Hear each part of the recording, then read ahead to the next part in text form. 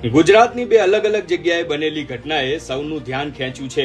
એક ઘટના અમદાવાદના સારંગપુર સર્કલ પાસેની છે, જ્યારે બીજી ઘટના સુરતના કામરેજ તાલુકાના ગાય પગલા તડકેશ્વર ગામની છે।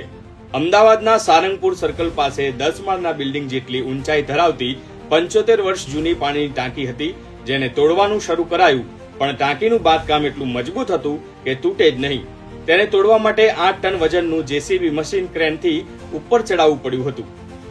તો બીજી તરફ સુરતના કામરેજ તાલુકાના ગાય પગલા ધામ છે। એ તડકેશ્વર ગામમાં 21 કરોડના તોતિંગ ખર્ચે પાણીની મસ્ત મોટી ટાંકી બનાવાઈ। ટાંકી બની તો ગઈ, પણ ટ્રાયલ માટે પાણી ભરાતું હતું ત્યાં આપમેળે જ લોંદાની જેમ કડરડ ભૂસ થઈને પડી ગઈ। હવે વિચારો, 70 જેટલા વર્ષ પહેલા થયેલું કામ કેટલું મજબૂત થયું હશે અને આ નવું નક્કોર કામ કેટલું નબળું હશે।